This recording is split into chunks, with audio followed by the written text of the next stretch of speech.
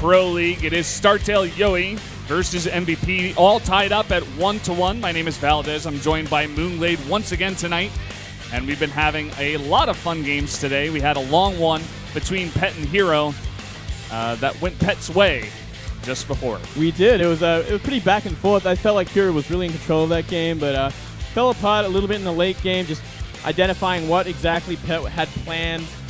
And from there, that was it, Valdez. Now we're moving on to a pretty favored matchup for StarTale-yoe with Leenock versus DeParture. Yeah. Obviously, we all know DeParture from Prime, and there you go with predictions. It says it all. That tells the story. I mean, we've had some 6-0s before in the past, and I believe one of them we got wrong. Maybe the one against Yeonhwa. Just a random memory I'm having. But in this one, I would be extremely surprised if DeParture's able to pull it off. I mean, unless he pulls out some really interesting like Zerg build order and like wins in a build order win against Leenock. Maybe Leenock plays too safe, and somehow DeParture's able to get an advantage. The game you might be thinking about was BL versus Terra, where you're right. Everyone goes for BL. I mean, these things can happen in a ZVZ, in a mirror match in general. There's a chance of like a build order win, where we see a 9-pull against a 15 hatch. It could have happened with Lacira versus Curious as well. I mean, these things can just happen. Like, it's the name of the game when it comes to this kind of build orders. Either hit or miss, you win or you lose. I mean, especially in mirror matchups, like namely ZVZ, also PvP, you can just win off of build orders. I think that's the point we're trying to make here. Yes. And if DeParture goes very aggressive and Leenock kind of fumbles his micro, that can also lose you a game. You know, if you're not on your best form on that day, you know, maybe you didn't get much sleep, and you just you miss micro one, pack of Zerglings into one Baneling, you will lose. You know, that kind of stuff does happen. Very volatile matchup. Yeah, very, very true, Moonglade. Summing it up there in one sentence. And here's the man himself, the man of the hour, Leenock, really making an impression on everybody over here for the 2015 season, doing pretty well in individual leagues as well as Pro League. So far, 3-1 in 2015 Pro League. Yeah, his ZVP is looking godly this year. Really impressive. High aggression. It's kind of the same with all his matchups. He lost to Dream in his most recent Pro League match. But we've only seen his ZVZ once this year, going down to Ragnarok 2-0, actually. I think it might have been in a qualifier. Well, DeParture, as we did mention before, he is 0-8 in Pro League. And I actually have no idea why he has a sideways blue arrow. He is 0-5 in his most recent 5 games. Other players have had downward arrows with 1-4s that they haven't played yet. So very interesting arrow there. I definitely do not agree with it. Do you think perhaps, Valdez, that it's simply because he has not played nearly any games this season? Well, we've seen that with other players before, but at this point it's just speculation. Leenock definitely the favorite here. Although DeParture did pick a pretty cool song from the Digimon OST. We'll have to see if that saves him going into this matchup.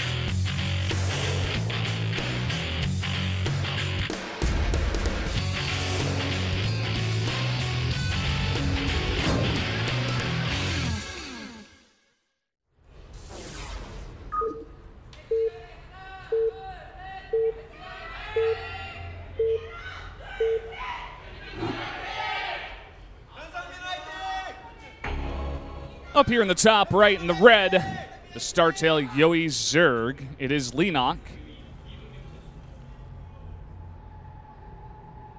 And up here in the top left, we do have the underdog from MVP, DeParture. And as we were talking about, those arrows, you did actually make a very good point. This guy, we haven't seen him in a very long time. I think he's played one game this season, and that was against TY. Yes. Would not be surprised if you actually wrote that down, and that's why you are quoting that. You were nodding your head, so I'm going to assume that is correct. Wow. He is 0-1 against Terran. And here we go, ladies and gentlemen. Here is the build order sort of attempt at a victory from DeParture. It's going to be up to Leenock. Is he going to be playing safe and going for that 15 pull, or will he risk it all and go for that 15 hatchery? This will say everything, Valdez, in the next few seconds. Yeah. Gonna have to wait and see. I mean, DeParture does send his Overlord in the correct position, or the correct direction, rather, I guess I should say. So he will get that scout on eventually, but maybe not fast enough to get his Zerglings over there in time. We do see... Oh, no. Valdez, I'm getting nervous here, man. Oh, no. Oh, no, indeed. He is going for that 15 hatch. Everyone cringes. Everyone's like, no, not this way, Leenock. You are too young. Too young. Well, we only see 6 Zerglings at this point in time. Still no gas taken. So it is going to be kind of an eco sort of 9 pool where it can put the player extremely behind, especially if they're going for a hatch first. They will cancel the hatch. Oh! Oh, no, Leenock. It got even worse. I didn't even think that could be possible, Valdez, but it is. And we're going to see a lot of potential drone damage once 8 Lings are in the main base. Until then, I wouldn't be surprised if we did see these 6 Lings maybe work on that hatchery, or at least try and pretend to harass the drone just a little bit. We are seeing now, Leenock has identified this. He has canceled the gas in his main base. He is swearing in his brain, and Definitely very true. Let's see what he can do. I mean, because it is not a gas line pool, there is hope, Valdez. This is also a map that has the mineral patches. They have like little gaps that they can go in between, stack with drones, and one-shot Zerglings if they so desire to come near enough. And really actually impressive micro so far from Leenock. Still mining with half his drones while he stacks the other ones. So the Lings can't really commit to anything. I love this. And he can come from both sides now. Fully surrounds the Lings. Still, it's going to be a pretty ugly trade for Leenock. Losing 5 already. That was actually really impressive micro at a departure. He gets 5 drones and he gets out there mostly alive. And now he's fighting a very favorable battle here against all of the drones of Leenock. Nice. Gets 1 Ling kill with a stack. He should have actually... I think he might have even should have canceled that natural. He needs all the money he can get. Lings are going to come in again. Ooh, now Leenock has enough. Maintains the natural. Let me have a look. How many drones? You know what? It's 11 drones to 17. Not the worst in the world. Not the worst. Yeah. We do have a follow-up of speed, actually. Still no expand out of departure. This guy just playing off of 1 base so far. Well, you know what? Leenock is not in a bad position at all. He's actually maintained enough drones to kind of make a second queen, make a spine at the natural, block off the ramp with queens, and from there, you know what, he can stabilize to a point where he will eventually get ahead in economy. Yeah, very true. I mean, that natural is so important for a Zerg, especially just because of that extra larva, the extra queen like you were talking about. And now we only just now see that hatchery, that natural hatchery coming up here for departure, going to be way, way late. And Leenock's keeping departure on his side of the map. He's keeping him busy. The longer these Lings obviously stay on the side of the map, it can get worse because speed will kick in and all the Lings will die. And I think he knows that at this point, so he's just trying to trade them off as efficiently as he can. He did take some pretty nice concaves at some points. Still, that is a lot of Zerglings. We're going to need to see a lot more from Leenock or a second spine crawler because the back of that hatchery is not protected by that spine, Valdez. The natural can possibly go down from this. Very true. I mean, he's got 3 queens at this point. He's trying to make another one, but not a lot of Lings. And that is 22 Lings at a departure. He's committing to this so far.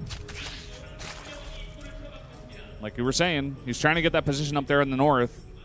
Try to possibly pick at that one. Or no, he's just going to go for it here. A lot of Lings coming in for a nice surround around that spine crawler. The 3 queens on the ramp are doing some decent damage. Really ambitious because the queens had enough for almost... he definitely had enough for 3 transfuses. So Leenock was completely prepared for this follow-up. We are seeing a Baneling Nest being added, which is the next transition for departure to try and get through this. And I think Leenock should maybe add an extra spine crawler or just keep adding queens. Either way. Can get a bit ugly. Obviously, once that spine, once the Banes are out, Lings of Leenox will get a lot less useful, and that spine could just get popped. For now, Leenock playing very, very safe. He's got 19 drones, but they're all in the main, which is, I mean, at least he's getting full saturation. Full saturation into gas, so I think this is okay at this point. Same sort of economy as Departure, but Departure is going full all-in with this. He is going... Yeah, he stopped at 21 drones, and he's Absolutely only made Lings. He's making a bunch of Banelings now, and I'm not even sure if Leenock has enough. He made 3 drones, trying to catch up here. Actually, 4 drones. This is not good, Valdez. So much Finally, here. we're seeing another spine being made, but it might be too late. Here come the Banelings. They're going to look to try and get rid of the spine crawler, and down it goes, and that is so many Zerglings. going to try and bully their way through these queens on the ramp. There is a lot of transfuses. There we go. The Baneling's trying to get into the mix here as well, but not able to go off. For now, he is able to hold this ramp, but that is so many Lings and more are following up, but it's just not enough. But again, that natural is under fire now. It is, and there's 3 Banelings that are going to ward off any Lings that can try and help out. The natural's taking a lot of damage at half HP currently, and if he splits his Lings enough, maybe, just maybe, Leenock can hold on for a little while longer. It's going to be so close, but I don't know. This is so many Lings that DeParture is following up with now, and he's going to focus it down. The hatchery goes down. Uh-oh, Moonblade. Uh-oh, indeed. From here, we can see DeParture simply drone up again. He can drone up that natural. He's going to be up a base forever. He obviously knows there's no follow-up from Leenock anytime soon. You see Leenock, he has Banelings now. He also has Ling speed. He can counterattack maybe, but he's so behind in production that it's going to be so hard for him to get a decent sort of Ling count. And kind of seeing DeParture throw away some Zerglings for no reason, but both stabilize. DeParture with the almost 20 supply lead. Up a base, saturating that base pretty efficiently. So Moonblade, if you were in this position, say you're playing this exact same game, what do you do to try to come back in this? Do you take a risk? You try to hide some tech, maybe hide a base? Like, what exactly do you do? Because especially in mirror matchups, once you get this far behind, it's really hard to come back.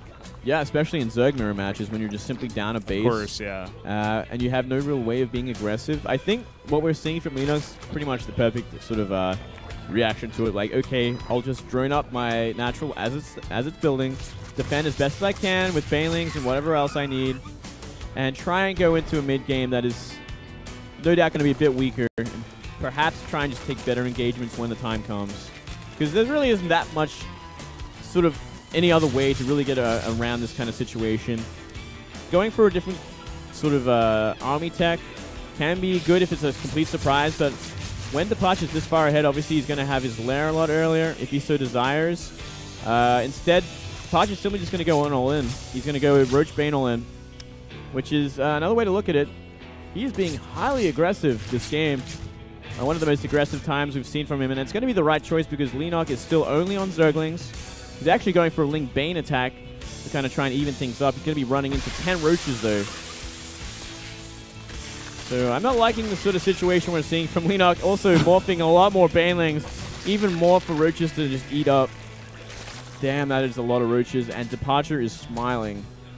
He should be at this point, man. He's up in armies, up in just he's up in economy as well. These Banelings are trying to run away as fast as possible, but Queens are on the map.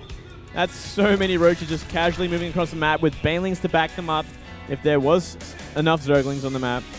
Maybe if he can bait them in. No, he's just going to try to go for this. If the Baneling hits are okay, maybe he can go for it. But the Banelings of DeParture are chasing. Leenock does trade 2 for 4 there. But no! Too busy transfusing his Queens to pay attention to the big fight.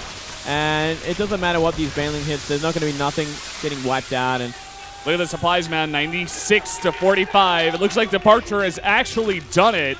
He has done it. Against all odds. We were talking about this. This is possible in the ZVZ to actually happen. It's very possible. The build order wins are real. And DeParture has found enough damage to casually scroll up the ramp with a tremendous amount of Roaches. Obviously does not want to take every Bane in the cluster of Roaches, but he should be okay. There we go. Not the worst hits, actually, from Leenock. I don't know. Not the worst, but I'm not sure if it's going to save him here, man. No, not with the follow-up. Just constant stream of Zerglings across the map. Enough Roaches to kind of tank everything else. And the drones are pulled. He's going to try to fight this one through. A transfuse goes down on the Spine Crawler. But at this point, it looks like you were saying, streaming across the map are a bunch of units. Leenock will have his Zerglings first, and he may be able to push this back for now. But it's 68 to 38. And DeParture is already right now getting his third base as well. 40 to 20 drones. You got double the economy as well as an extra base. You got that Roach tech as well. Everything is just in DeParture's favor at this point. I think it's just a matter of time until Leenock taps out. Way too behind in economy. He knows it for sure. He doesn't know the third base is building and almost finished for DeParture, but it's probably safe to assume at this point. Even taking more drone damage, 4 more going down. transfuse on the drone. Desperation is real. 19 drones. Okay, he's going up to 22 now, making 2 more. But here's that follow-up. A ton of roaches. Some banelings in the mix as well. GG is called. Doesn't even want to play it out. DeParture gets his first win in Pro League. First win ever. His 9th game. He's finally able to do it. And this is such a happy day for this guy, I'm sure. Yeah, massive breakthrough. And look at the joy in his face. It's great to see him finally, you know, find that win. These Zergs that have been struggling for a while are finally finding their feet in this new season of Pro League.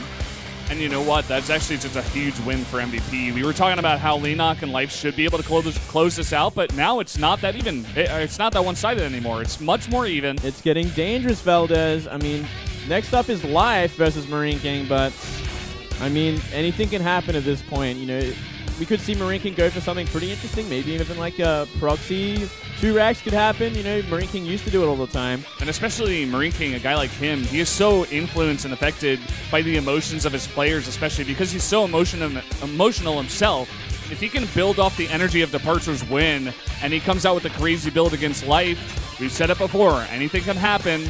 Marine King could actually take this game against Life. Or we could go to an ace match. That is probably more likely, I'd have to say, to be honest. But that's got to be a hard loss to take for Leenock. Definitely the favorite in here. Well, I mean, you can only take it so badly. It's frustrating, but you're going to go for 15 hatch, you get 9 pulled. This happens every day to everyone. It's just one of those things. Build order disadvantage. I mean, you can argue Leenock played pretty greedy, actually, just going for hatch into gas, into pool. I think he may have even made some drones in the mix as well. He didn't even take too much damage, which is the next kind of cool thing about it. He only took like 5 drone damage after trading with Lings like that, and then kind of transitioning into a pretty stable like early game, like with his natural. Just if he had one more spine crawler, he should have been safe. Just one more. Just one more, but deciding to play a bit greedy on that, I guess, as well. Yeah, it's one of those games as well where you think my opponent surely would be transitioning by now. Like he's not going all in from this, is he? Like he had no idea how all in DeParture